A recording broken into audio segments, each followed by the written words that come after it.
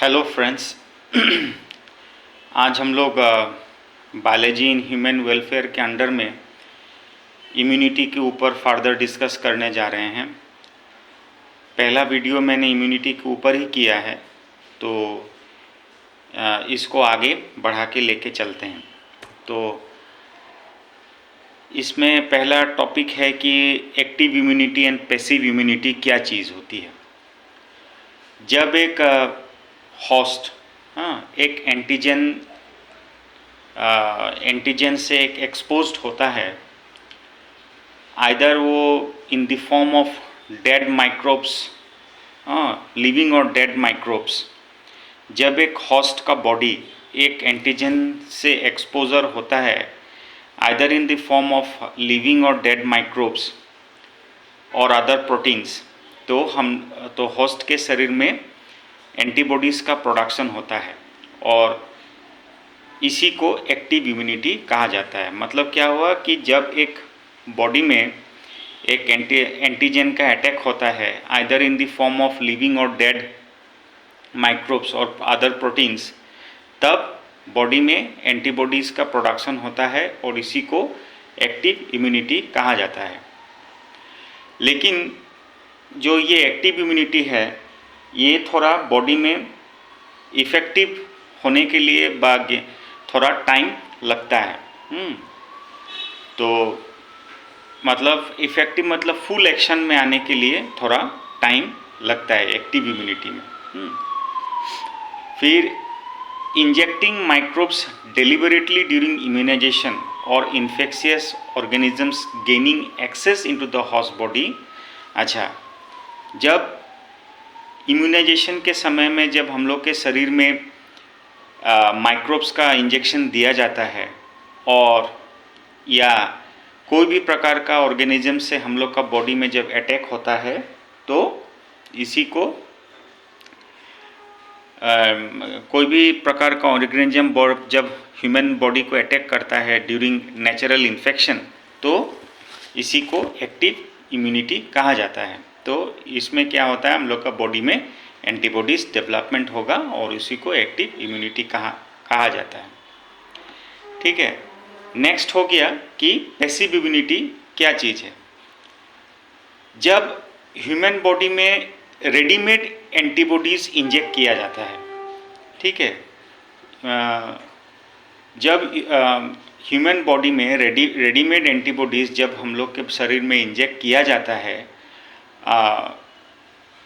To protect the body from any foreign antigens बा foreign agents से human body को protect करने के लिए जब रेडीमेड एंटीबॉडीज़ दिया जाता है, तो इसी को पैसिव इम्यूनिटी कहा जाता है। तो पैसिव इम्यूनिटी हम लोग किस में एग्जाम्पल, जैसे जन्म के बाद पहला 3 दिन जो येलोइश मिल्क आता है, तो बच्चा जब उसको कंज्यूम करता है तो इम्यूनोग्लोबुलिन ए बच्चा को मिलता है, तो it is an example of passive immunity. उसी तरह फिटस को कुछ रकम का एंटीबॉडीज़ प्लेसेंटा से भी आता है और वो भी एक एग्जाम्पल है पैसिव इम्यूनिटी का। ठीक है, तो नेक्स्ट हो गया वैक्सीनेशंस एंड इम्यूनाइजेशन। तो वैक्सीनेशंस एंड इम्यूनाइजेशन हम लोग जैसे पहले बॉडी जैसे पहले फॉरेन एजेंट से जब भी अटैक होता है बॉडी को, तो वो उसको याद रहता है कि ये पर्टिकुलर एजेंट ऑलरेडी मेरे शरीर को अटैक कर चुका है। तो जो वैक्सीन एंड इम्यूनाइजेशन जो होता है ना, तो ये इसी प्रिंसिपल के ऊपर निर्भर होता है। ठीक है, अच्छा, हम लोग जानते हैं कि जो वैक्सीन प्रिपेयर होता है एंटीजेनिक प्रोटीन्स ऑफ पैथोजन से, विच में बी इन इनएक्टिवेटेड फॉर्म और weakened form are introduce into the body. Vaccinations जो है, जो एंटीजेनिक प्रोटीन से तैयार होता है, either in the form of either inactivated और weakened form, they are injected into the human body.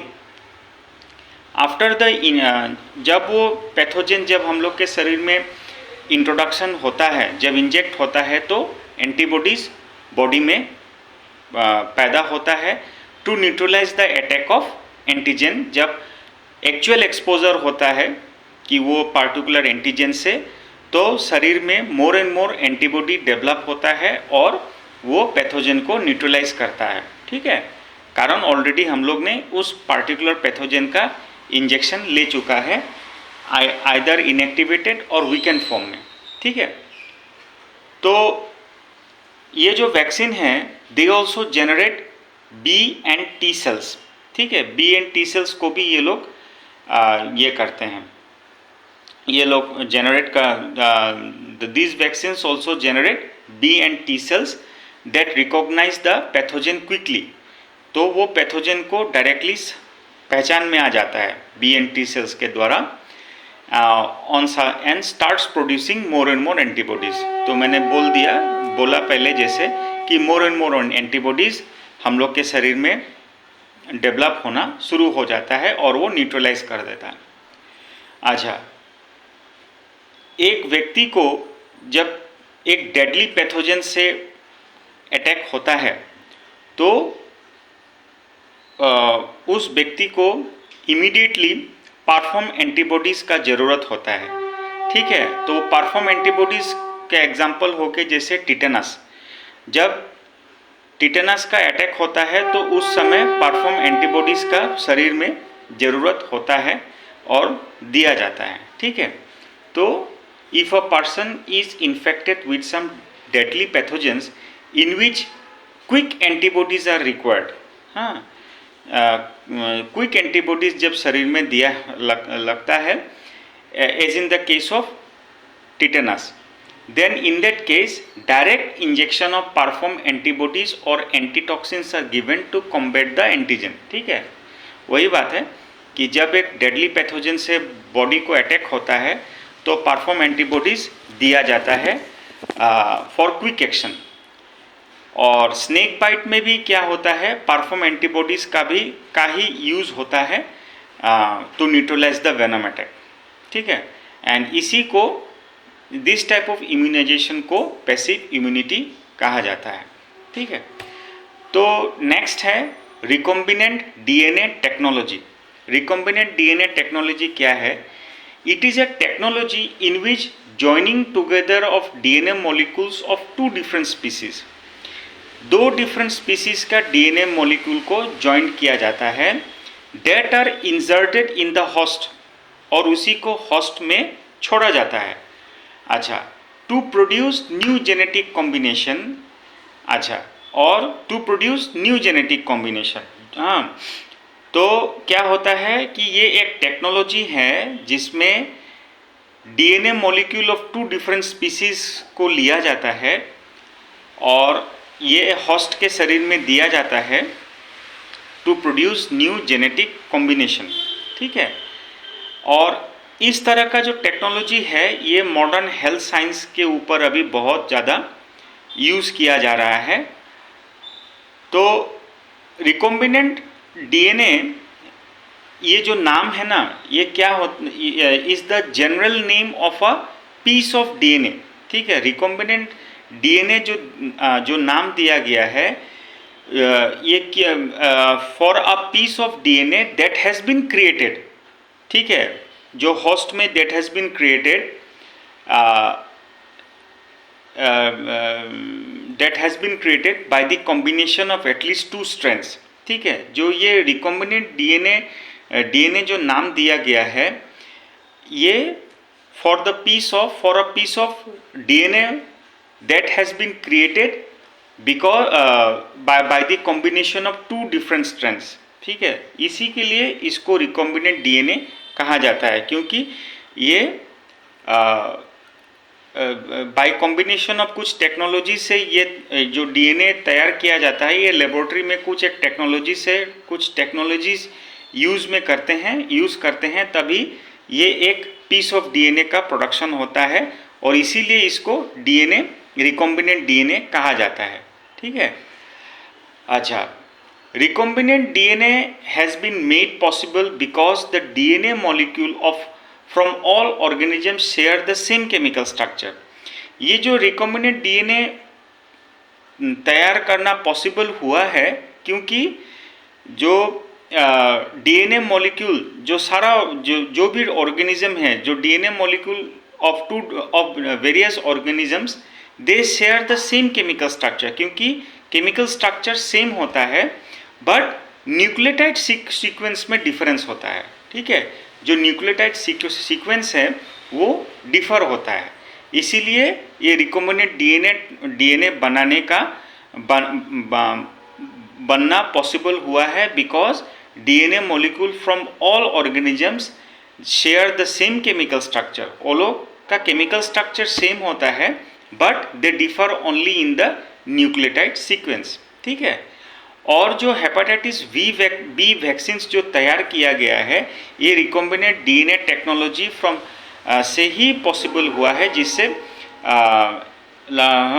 और ये ईस्ट से लिया गया है। ठीक है, hepatitis B vaccine produce from east.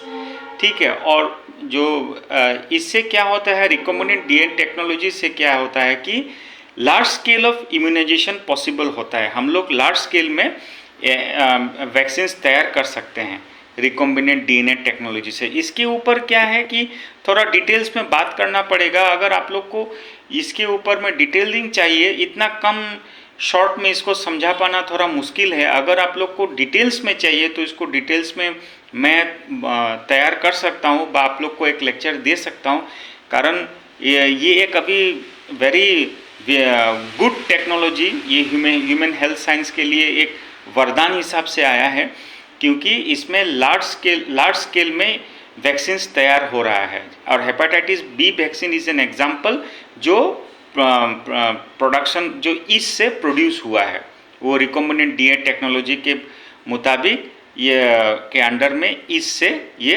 Produce हुआ है। तो इसके ऊपर अगर आप लोग को डिटेल्स में कुछ जानना अगर आप लोग को जानना है तो आप लोग मुझे ज़रूर बोलिए, इसके ऊपर मैं डिटेल्स में आप लोग को लेक्चर ज़रूर दूंगा, क्योंकि इतना शॉर्ट में इसको समझा पाना थोड़ा मुश्किल है। अगर डिटेल्स में अगर हम लोग समझा पाए, क्लास लेंगे इसके ऊपर, अगर समझने का मन अगर कोई चाहे कि रिकॉम्बिनेंट डीएनए टेक्नोलॉजी के ऊपर मुझे थोड़ा डिटेल्स में जानना है तो डेफिनेटली मैं डिटेल्स में इसको समझा सकूंगा। इसके खाली यही है कि ये DNA molecule of 2 different species से लिया जाता है, और ये लेबोरेटरी में कुछ टेक्नोलॉजी यूज़ करते हैं ताकि एक न्यू जेनेटिक कॉम्बिनेशन तैयार हो जाए। और recombinant DNA is the general name of a piece of DNA that has been created by the combination of 2 different strands. तो इसीलिए इसको रिकॉम्बिनेंट डीएनए कहा जाता है। और recombinant DNA has been made possible क्योंकि इसका जो केमिकल स्ट्रक्चर है of all organisms are same but they differ only in their nucleotide sequence.